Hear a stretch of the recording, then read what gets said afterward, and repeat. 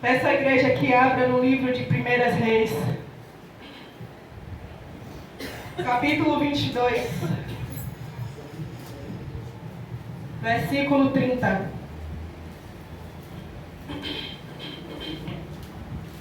Glória a Deus. 1 Reis 22, 30.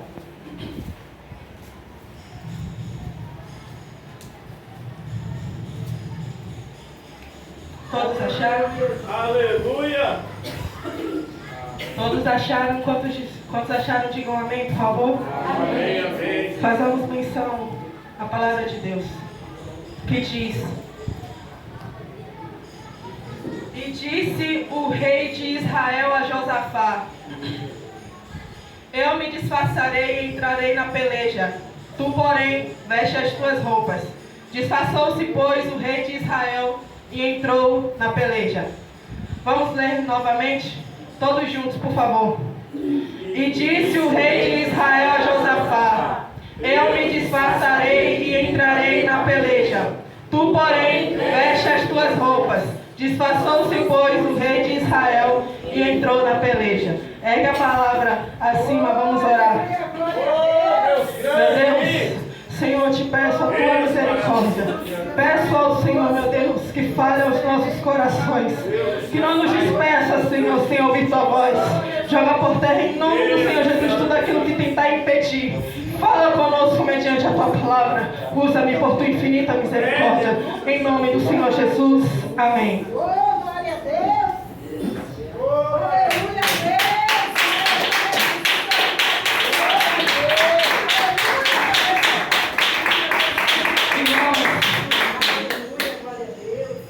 Uma das primeiras perguntas quando a gente vai entrar nessa palavra é se perguntar quem foi o rei Acabe. Existiram dois Acabes na Bíblia, um rei e o outro falso profeta. Esse falso profeta se chamava Acabe e ele foi deportado para a Babilônia. Ele foi denunciado pelo profeta Jeremias. Mas aqui no capítulo que a gente leu, 1 Reis 22, está falando do rei Acabe. Quem foi o rei Acabe? Rei Acabe foi o 7º rei de Israel, que infelizmente teve um reinado muito destruidor. O rei Acabe teve um reinado que desagradou o nosso Deus. Jeroboão, ele foi o primeiro rei de Israel, do reino norte. Porque o reino norte, existe o reino norte e o reino sul. Porque o reino de Israel foi dividido. Se tornou então o reino do norte e também o reino do sul. Jeroboão primeiro foi o primeiro rei do reino do norte. O rei Acabe, ele foi o 7º. E Jeroboão, ele reinou também de uma forma muito desagradável ao Senhor. Por quê? Ele colocou a idolatria, ele incentivou o povo de Israel a idolatrar. E em Israel ele tinha já o templo de Jerusalém, que era para adorar o único Deus vivo, que era para adorar o Deus, o Senhor Jeová. E Jeroboão primeiro, ele reinou e incentivou a idolatria, corrompeu o povo. O rei Acabe também fez isso. E na palavra de Deus diz assim, quando fala do reinado de Acabe: como se para ele fosse insuficiente caminhar nos caminhos de Jeroboão, ele ainda por cima casou com Jezabel. Quem era Jezabel? A princesa dos Sidônios.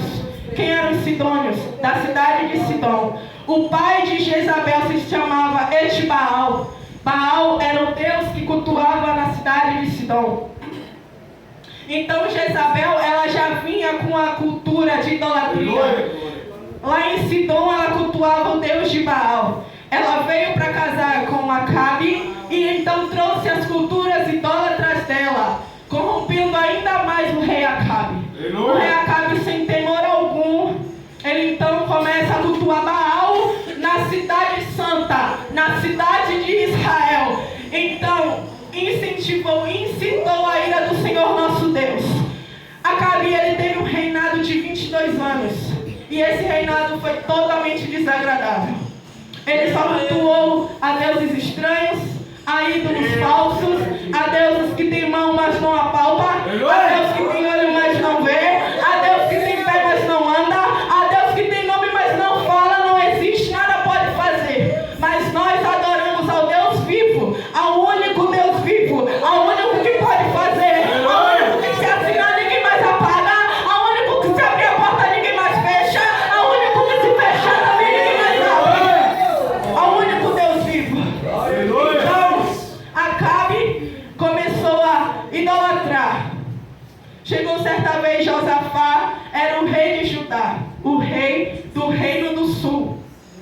E Josafá era um homem temente a Deus. Josafá servia a Deus integramente.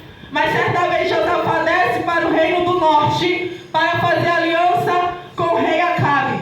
Então o rei Acabe propôs assim para Josafá: já estava 3 anos que eres com a Síria. E então o rei Acabe vai e diz aos seus servos que a cidade de Ramote de Gileade era dele. E então ele queria tomar da Síria, porque pertencia a ele. Aí ele vai e diz, depois de 3 anos quieto, ele vai e fala que era dele e que ele iria sim tomar a cidade. Aí ele diz ao rei Josafá, se Josafá não iria com ele tomar a cidade que pertencia a ele, guerrear contra a Síria. Aí o rei Josafá diz que ele iria, mas ele faz um pedido: vamos pedir a Deus a direção. Peço que consulte um profeta do Senhor para nos dizer se devemos ir para guerrear contra a Síria. Acabe, só para fazer a vontade de Josafá, fala assim: temos aqui 400 profetas. Só que esses 400 profetas faziam a vontade de Acabe, não a vontade do Senhor. Esses 400 profetas estavam corrompidos pela idolatria e pela maldade de Acabe, e então fazia tudo o que Acabe mandava. Então seus servos tinham medo e diziam: profetiza aquilo que o rei vai se agradar de ouvir. E o que o rei queria ouvir: pode ir guerrear contra a Síria, você vai ser vitorioso. Então Acabe manda chamar os 400 profetas. Aleluia! Chega então os 400 profetas e diz: o Senhor pode ir guerrear, o Senhor te dará a vitória. Só que crente é crente, irmãos, não adianta. Crente que tem intimidade com Deus percebe que tem algo diferente, percebe que ali alguma coisa diferente não vem do Senhor. Josafá, não satisfeito com 400 profetas dizendo para o rei Acabe ir, ele diz assim: não resta nenhum outro que possamos cultuar, um profeta genuíno do Senhor. Não resta nenhum dentre os quais você tem. E Josaí Acabe vai e diz: resta um, mas eu odeio, porque tudo que ele profetiza é contra mim. Tudo que ele diz me condena, então eu odeio. E Josafá vai e fala: não fale assim. Manda chamar então esse profeta, por qual nome Micaías, profeta que profetiza aquilo que Deus manda, profeta que profetiza aquilo que Deus ordena.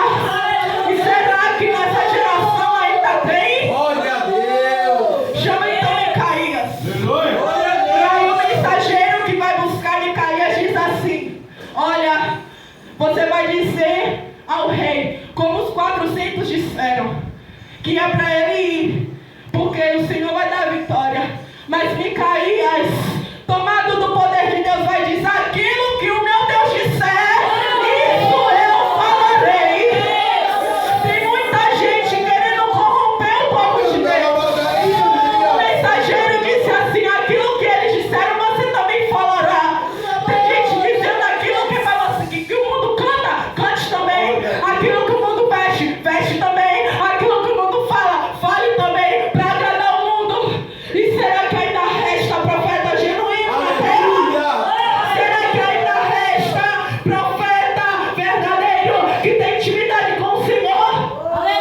Micaías então diz: aquilo que o meu Deus disser, eu falarei. Ele vai para se apresentar diante do rei Acabe. O rei Acabe vai e pergunta a Micaías: eu posso ir à guerra? Micaías então responde que de início Micaías até diz que ele poderia ir. Só que Acabe sabia que aquilo não era certo. Acabe ele sabia que Micaías poderia estar profetizando por medo. E então ele diz a Josafá, então ele diz a Micaías que era para ele falar a verdade. Micaías então é cheio do poder da autoridade, vai e fala: olha, o Senhor mandou dizer que se você for para a guerra, você não sairá de lá com vida. Então Acabe diz a Josafá: não te falei que ele só profetiza aquilo que me condena, que ele só profetiza aquilo que é contra mim? Mandou então prender Micaías, torturar Micaías. Mas aí ele diz Quando ele fala que mesmo assim, pela palavra de Micaías, ele vai para a guerra, Micaías diz: você só vai voltar com vida se o Senhor não falou pela minha boca. Porque Micaías tinha certeza que o do Deus que servia, do Deus que falou com ele. Então Acabe manda torturar Micaías e vai para a guerra. O versículo que lemos diz assim, que o rei Acabe diz a Josafá que eles vão para a guerra. Que Josafá era pai vestido com vestes reais e que o rei Acabe se disfarçaria para a guerra. Ora, o que me intrigou lendo essa mensagem foi: se ele estava tão certo de si, por que ele não foi com as vestes reais? Porque ele quis se disfarçar no meio do povo. Porque ele sabia, o Deus que falava através de Micaías era o Deus que falava, é o Deus que fala, é o Deus que cumpre. Ele sabia, ele temeu, mas o coração endurecido fez com que ele fosse para a guerra. Acabe então diz a Josafá: olha, veste suas vestes reais, eu vou disfarçado. E ele entrou na peleja disfarçado. Só que, irmãos, essa passagem é tão grandiosa, é tão grandiosa. Quem falou que Acabe não voltaria com vida não foi só Micaías, não foi Micaías da boca para fora, foi o próprio Deus. E se Deus fala, ele cumpre. Sai, maná. Se ele fala, ele cumpre, não adianta fugir. Não adianta fugir. Se ele falou que você vai. Se ele falou que você não vai. Não adianta temer, não adianta se esconder. Acabe então entra na batalha. Só que o rei da Síria diz assim, dá ordem aos soldados: olha, não é para guerrear contra ninguém, é só para achar o rei de Israel, o rei Acabe. Então os soldados vão lá e cumprem. Vai atrás, no meio de tanta gente, vai atrás do rei Acabe. Só que o rei Acabe estava disfarçado.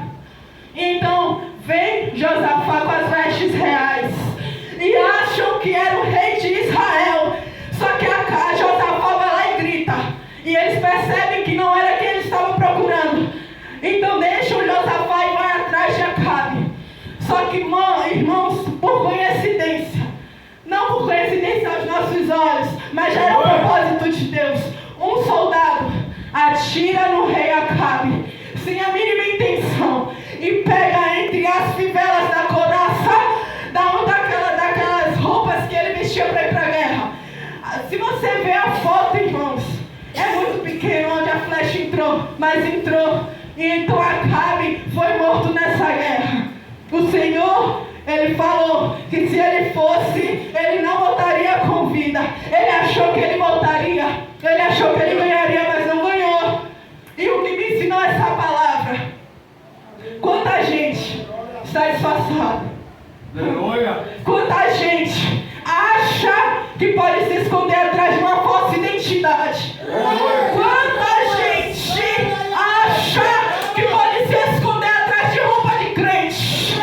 Quanta gente acha que pode viver no meio de crente porque pensa que é crente, achando que o glória do Senhor não está vendo nada.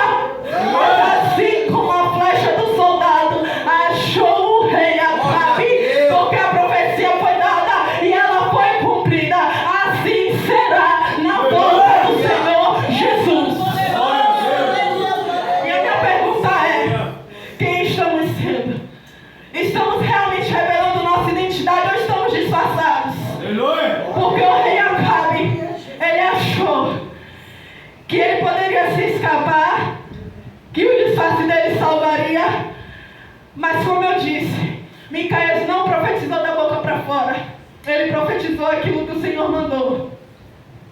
Irmãos, Jesus disse que ele conhece as ovelhas dele. E as ovelhas dele conhecem ele.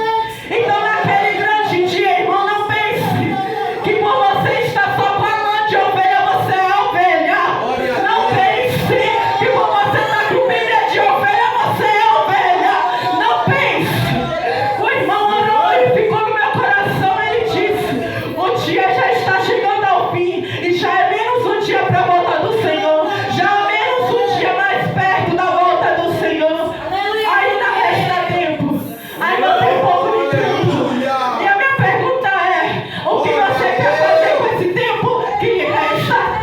Você quer continuar vivendo na fraqueza, na frieza que está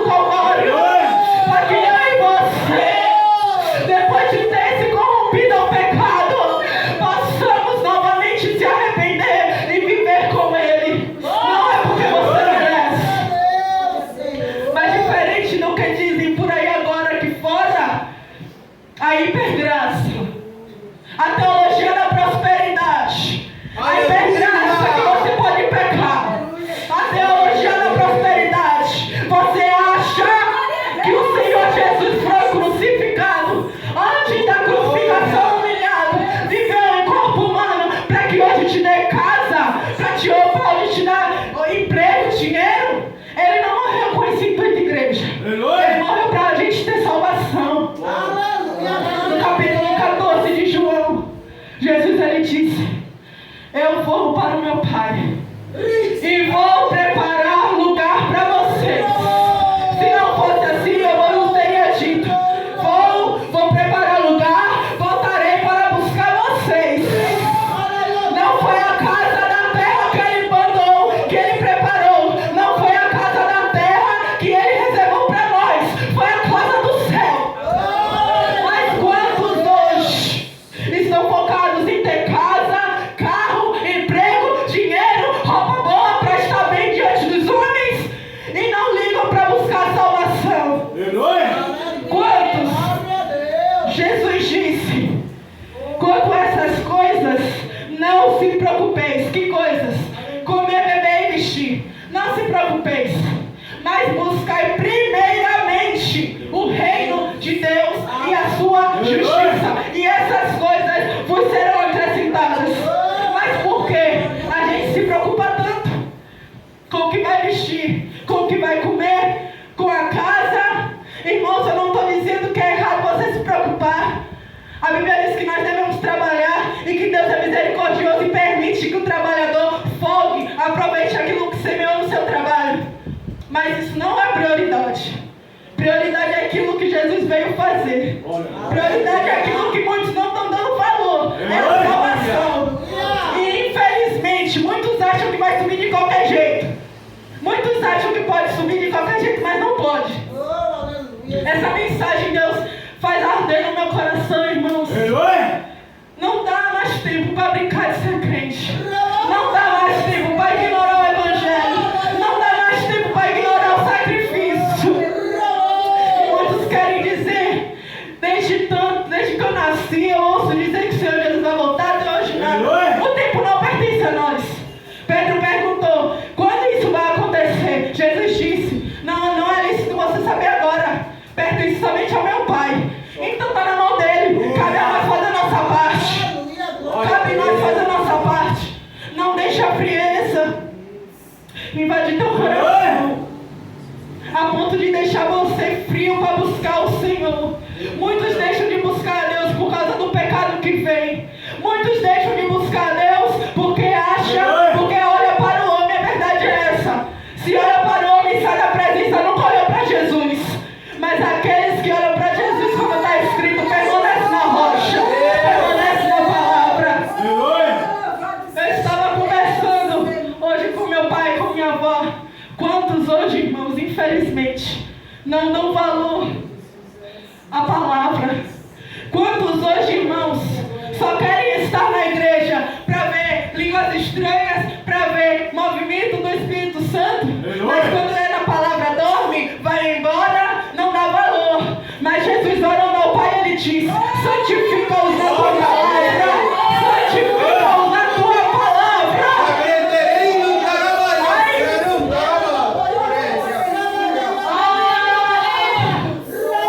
Jesus disse que os seus discípulos não eram do mundo. Jesus ele pediu ao Pai: não peço que os tires do mundo, mas que o livre do mal. E Jesus ele disse que somos o sal da terra e a luz do mundo. Não é necessário você evitar as pessoas. Não é necessário você evitar falar com as pessoas. Mas o que é obrigatório é você ser diferente. O que é obrigatório é você fazer a diferença. O sal na comida faz diferença. E somos o sal dessa terra. Uma pessoa no escuro não consegue enxergar nada. Quem está lá fora está no escuro. Jesus disse: vocês são ruins, vai lá iluminar eles. Jesus disse, ele nos deu a ordem de completar o ministério dele na terra. Mas muitos nós de hoje estamos relaxados. Muitos nós de hoje achamos que está demorando demais. Mas o apóstolo Paulo, ele falava com a igreja: tenham paciência para a volta do nosso Senhor Jesus Cristo. Esperem com paciência, porque como eu disse, o tempo não pertence a nós. Quem somos nós para dizer quando Jesus deve voltar? Quem somos nós? Cabe a nós esperar com santidade, como diz a palavra. A palavra diz que sem a paz e a santificação ninguém verá o Senhor. Aleluia, glória a Deus. Essa é uma lição, igreja individual. Como eu digo sempre, é muito difícil. O difícil, o desafio, é você estar no seu quarto de porta fechada, é você estar na sua casa de porta fechada, é você estar sem ninguém estar te olhando e você ser santo. Ser santo na frente de todo mundo é fácil. Glória a Deus. Ser santo na frente dos outros é fácil.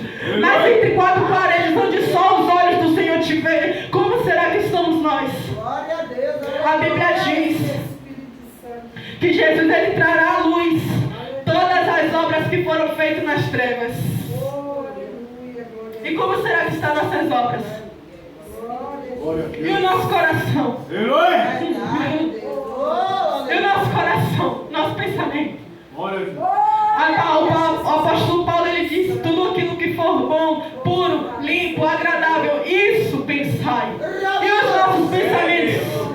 Muitos acham que Deus só julgará aquilo que é palpável, aquilo que nós fazemos diante dos olhos dos homens. Mas o coração e o pensamento, a Bíblia diz que Deus esquadrinha, Deus conhece. Cuidado! Cuidado naquilo que você cultiva em seu pensamento. Cuidado!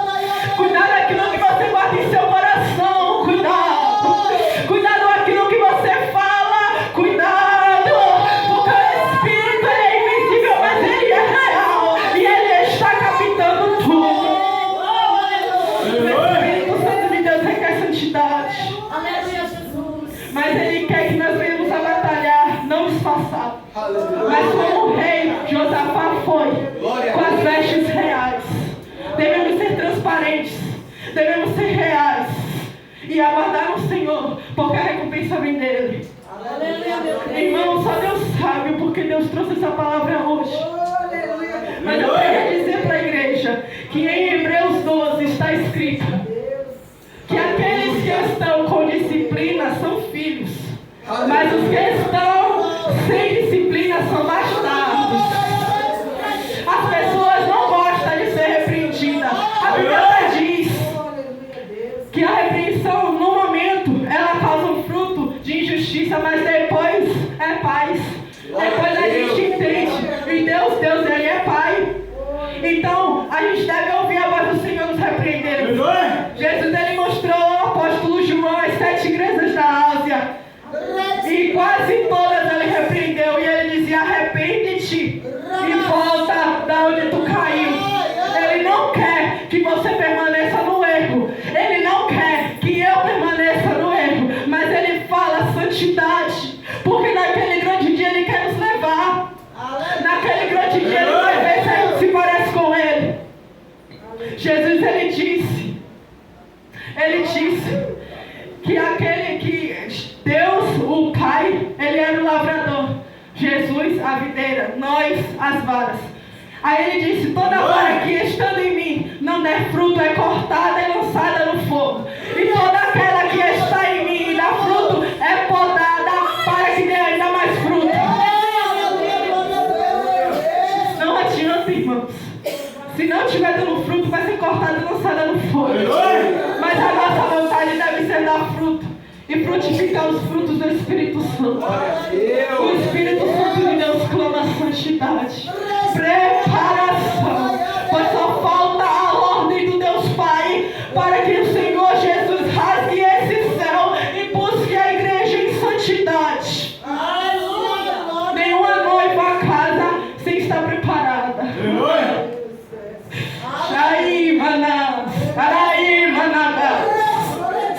Nenhuma noiva casa sem preparação. Tem que estar preparada. Ele já vai mostrar preparada, não é se preparando não. Em Mateus 25, Jesus conta a parábola das 10 virgens. E as únicas que entrou nas bodas é as que estavam preparadas com azeite na reserva. Aquela que estava sem azeite, despreparada, não entrou. Se prepare, porque a promessa é real. Jesus Cristo voltará para buscar a igreja. Bate palma e manda glória para o Senhor.